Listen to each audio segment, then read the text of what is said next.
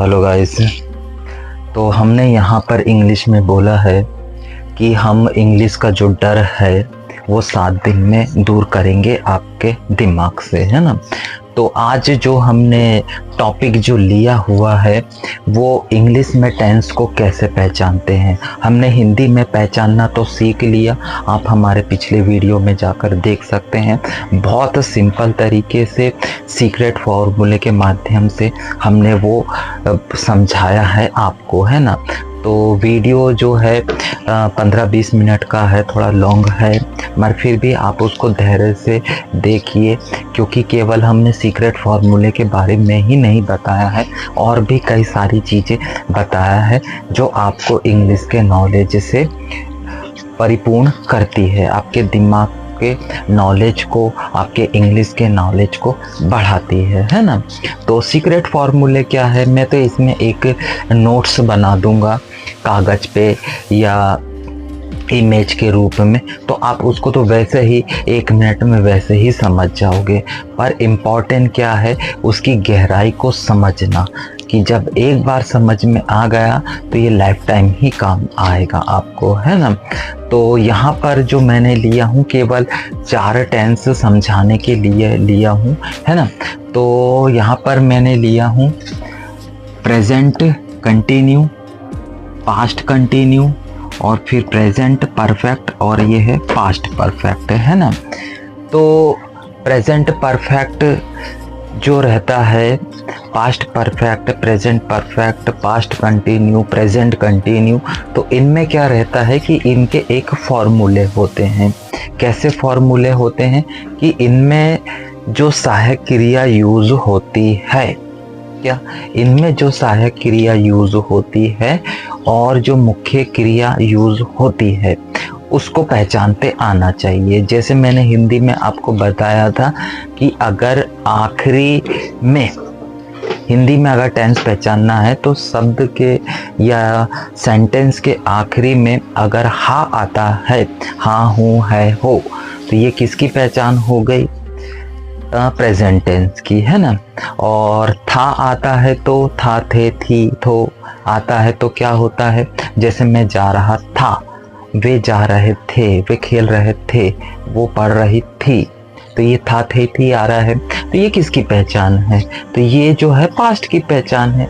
और गा गे गी आता है, जैसे मैं जाऊंगा, जैसे मैं कल यार छिंदवाड़ा जाऊंगा, या मैं कहीं भोपाल जाऊंगा, या कहीं और जाऊंगा, है ना। तो गा गे गी आ रहा है आखिरी में, तो ये किसकी पहचान है, फ्यूचर टेंस की पहचान है ना। तो हिंदी में जो हा, गा, था, ये सब आ रहे हैं, ये हिंदी की सहायक क्रिया समझ लो, क्या हिंदी की सहायक क्रिया समझ लो। और जो इंग्लिश की सहायक क्रिया है वो क्या है, am, is, are, was, were, do, does, did, ये है। तो समझ गए हिंदी की सहायक क्रिया क्या है, हाँ, हूँ, है, था, थे, थी, गा, गे, गी, ये है ना। और फिर इंग्लिश में जो सहायक क्रिया है वो क्या है, एम, इज, आर है, वाज, वर है, डू, डज, डिड है, ये आती है ना। फिर और भी कई शब्द आते हैं जो हम इसमें समझेंगे, है ना। तो वीडियो थोड़ा सा लंबा हो जाता है, फिर टॉपिक भी थोड़ा सा बड़ा हो जाता है ना। तो मैं इसको भर थोड़े से ये 4 टेंस को समझाता हूँ, तो उससे ही आपको समझ में आ जाएगा कि इंग्लिश कोई इतनी बड़ी चीज़ नहीं है, केवल एक हवा भर बना दिया गया है कि भैया हाँ, इंग्लिश को बहुत कठिन है। अब इंग्लिश तो क्या है कि लिखा कुछ रहता है, पढ़ते कुछ है, और उसका पढ़ने का तरीका भी अलग है, इसके कारण वो डिफ़िकल्ट लगती है, बाकी नहीं है। तो अब इसको हम समझते हैं टेंस को, है ना। तो प्रेजेंट टेंस, है ना, प्रेजेंट टेंस में जो सहायक क्रिया यूज होती है वो क्या यूज होती है, am, is, are plus ING, क्या यूज होती है, am, is, are plus ING, है ना। फिर पास्ट कंटिन्यू टेंस में कौन सी यूज होती है, वॉज और वर प्लस ING, क्या वॉज, वर प्लस ING, किसमें, पास्ट कंटिन्यू में, तो वॉज, वर प्लस ING।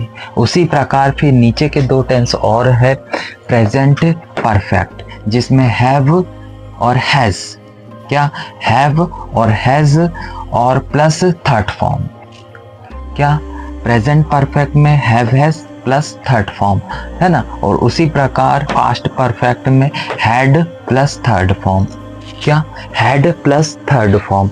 तो मतलब क्या है कि प्रेजेंट कंटिन्यू की अलग हेल्पिंग वर्ब है, सहायक क्रिया है, और फिर पास्ट परफेक्ट की अलग है, फिर प्रेजेंट परफेक्ट की अलग है, और पास्ट परफेक्ट की अलग है ना। तो इसी प्रकार से क्या है, 12 टेंस है, तो उनकी सबकी अलग अलग अलग है। इसलिए मैंने सबसे पहले जोर दिया था कि इंग्लिश अगर सीखना है तो हेल्पिंग वर्ब याद होना बहुत ज़रूरी है। इसलिए मैंने आपको एक रिदम के माध्यम से उसको याद करने का तरीका बताया था। कैसे बताया था, am is are was were do does did have has had will would shall should can could may might must ought need dare, है ना। Am is are was were do does did have has had will would shall should can could may might must ought need dare. Am is are was were do does did have has had will would shall should, है ना। तो इस प्रकार से एक video वो ही याद करने ही वाला बना दूंगा मैं कि भैया वो याद होना बहुत ज़रूरी है। अब कैसे याद होना ज़रूरी है वो समझिए। तो मैंने पहले बोलता हूँ कि एम इज आर, क्या बोलता हूँ पहले, एम इज आर। अब एम इज आर किसकी पहचान है, प्रेजेंट कंटिन्यू की, है ना।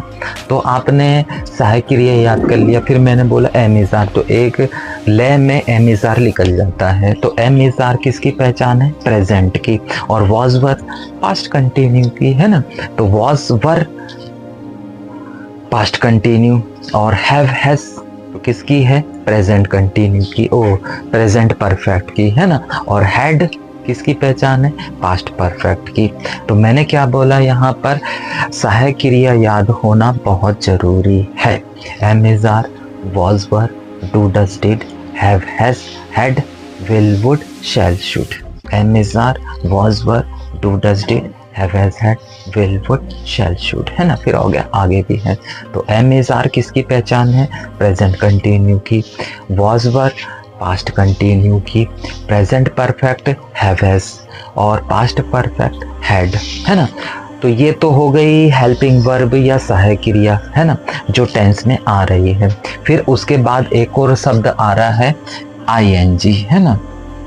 प्रेजेंट कंटिन्यू में आईएनजी आ रहा है और पास्ट कंटिन्यू में भी आईएनजी आ रहा है। तो मतलब क्या होता है कि am is are was were इनके साथ जो रहता है आईएनजी आता है, और आईएनजी हमेशा वर्ब के फर्स्ट फॉर्म में लगता है। आप इतना याद कर लो, क्या वर्ब के 3 फॉर्म होते हैं, तो कोई भी फॉर्म में आईएनजी नहीं लगता है, आईएनजी लगता है हमेशा पहले फॉर्म में। कैसे, जैसे कम कैम कम, तो पहला फॉर्म कम हो गया तो कम में लगेगी आईएनजी, तो कमिंग हो जाएगा। जैसे गो वेंट गॉन, है ना, गो वेंट गॉन, ये 3 फॉर्म है, तो पहला फॉर्म गो है तो गो में आईएनजी जुड़ जाएगा। वैसे ही